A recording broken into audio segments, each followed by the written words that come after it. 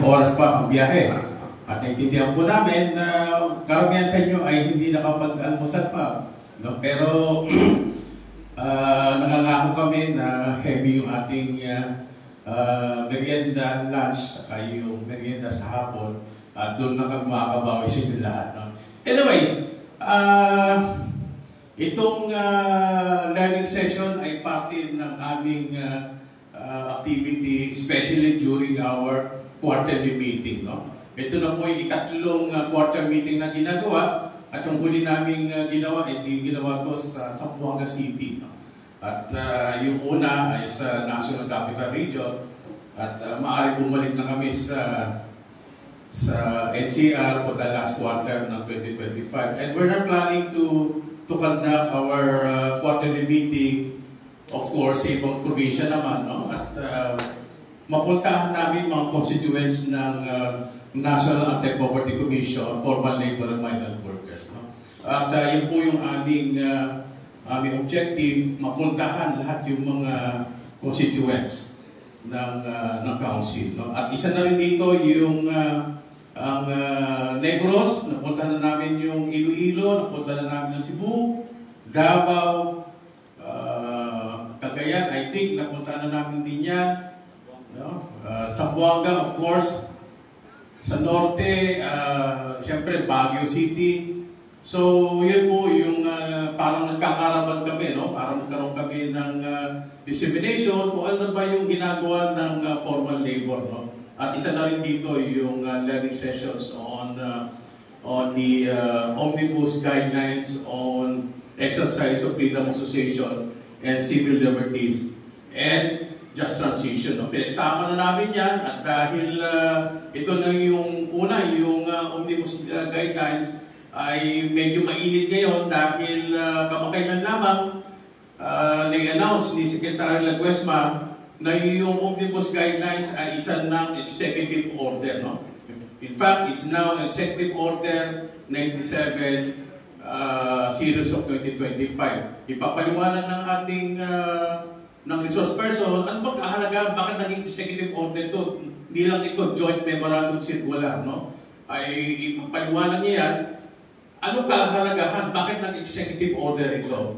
At isang naman yung just transition, mamaya taga Greenpeace ang ating mga makakausap, ngunit na naka-online, ito yung mga bagong issues sa mga magagawa, yung just transition, no? Kaya tayo nagda-just transition dahil sa pabago-bagong klima, yung climate change, at of course, yung disruption ng technology, particularly yung artificial intelligence. No? Sa mga pagawaan, lalo sa manufacturing, nag-a-adapt na sila ng disruptive technology, mga robots na yung ang mga trabahador nila.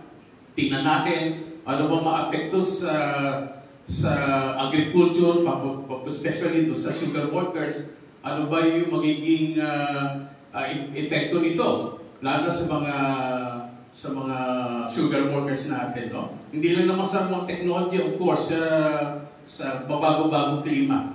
No? At tingnan natin, nagbumababa yung produksyon ng inyong asukal, nagkaroon ba ng adoption ng technology ang inyong mga kumpanya.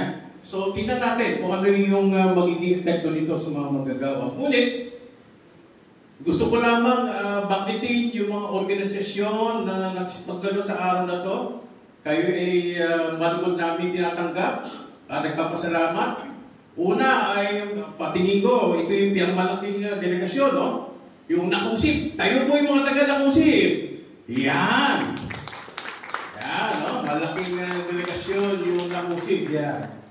Yung Early Birds. Mga Kilusan. Yan. Tayo mga Kilusan. Yan. Yan. Sa pamumulo mo ni Council Member Art Cueto, no? Yung ito, DSSD. Taga DSSD. Medyo malaki din ito. Yan. Parang may nakita ko doon na anti-men. DSD. Anti-mendicancy task force. Anti-mendicancy task force. Anti-men kayo. Anti-men, DSSD. Alright. Anti-men. Anti-med. Mendicast. Ay, mamaya, paliwanag yan kung ano yung anti-med. Eh naman, hindi kayo papatayin yan. Mula sa BNP. Yan, taga BNP. Sa pumupuno po ni kasamang CM and Ellie. Mula naman sa FFW, yan, yung mga taga Lopez Sugar yan. Yung MPAI, tama ba itong magkakabasa ko? MPAI. Saan ba yan? Okay. O yung taga-PGEA, Philippine Government Employees Association. Sino ba yung taga-PGEA? Yan, alright. Andito si Chief Glenn, si Glenn ng PGEA. Of course, yung ating universidad, SUNASA. Saan ba yung taga-SUNASA? Yan, Southern, Northern Negros, no? Universidad ito, no? Yung KAMU. Alright, yan. Sila KAMU. At yung kung di ako nagkakamali, DALO, Dalu. Yan, no? Nasa likod po sila. Okay. Sino bang organization hindi na mo nabanggit? No? Ano pong organization nila? Bacolod Integrated Federation of PWD Associations. BIPA. Pasensya po, dito pala. Mula sa BIPA. Ayun po, yung taga sila. Ayan. Right. So, ito po yung mga dumalo sa araw na ito at sana po ay makapulot kayo po ng konting kaalaman sa ibibigay nating orientation, no? At kami po ay, again, kami ay nagagalak at nakarating kayo dito. At kami ay nag-aalala dahil may darating bagyo. At si Opong, no? Si Opong. At ang balita namin ay tatagos ito sa Bicol, Southern Luzon, and Manila, no? Nangangamba kami kung makakauwi pa kami papunta Maynila sa Sabado, no? Anyway, problema na namin yon. At kami ang inikita namin ngayon, inyong kaligtasan at babalik kayo mamayang hapon. Sana hindi umulan ng malakas, no? At makarating kayo sa inyong patutungan pabalik ng Tiwasay, no? At hindi na ako magpapatagal dahil ang aking purpose na dito ay welcome kayo, no? At importante yung mga resource persons natin at magbigay sila ng kaalaman doon sa ating learning session para sa araw, no? At ang ating host, siyempre, si Sister Cathy Bion ng ALU, si Brother Eli ng BNP, right? Si Pongbong ng Migrant Workers, si Sister Clesi ng National Confederation of Labor, si Tem Dihon ng Awatu, si Don Buo ng National Tax Research Employees Association, si Chief Glenn ng PGEA, Philippine Government Employees Association, si Carol D. Landiao ng UNSW, si Sister Nelly Soto, isa rin sa migrant sector natin, ang aming pinakabata, si Sister Rose Jawi ng DPWH Employees Association, si Sister Fatima, isa sa mga migrant workers din natin. Sino ba? Si Nats Flores ng Katipunan, si Terry Quason ng Paflu, no? Si Kapajong, no? Ng Aglo, si Ray Rasi ng Philippine Metal Workers Alliance, si kasamang Darius ng PTGWO, no? Yan po yung binubuo ng council natin. Nabanggit ko na si Ka-Art ng Pilusan. Sino pa ba yung wala dito? Si SR.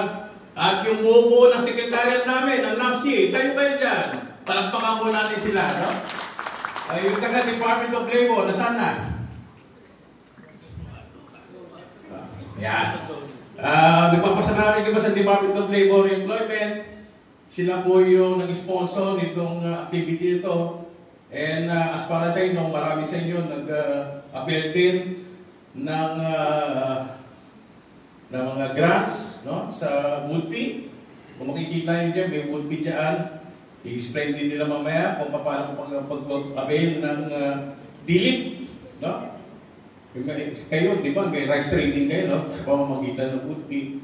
So, mamaya, pag-usapan natin yan. Sino po ba yung mga di ko na nabanggit na council member? Yan yung pangalan ko, no? Anyway, maraming salamat sa inyo lahat. Dito na po akong tatapos. At binabati ko kayo at sana magkaroon tayo ng makabuluhang discussion mamaya. Maraming salamat.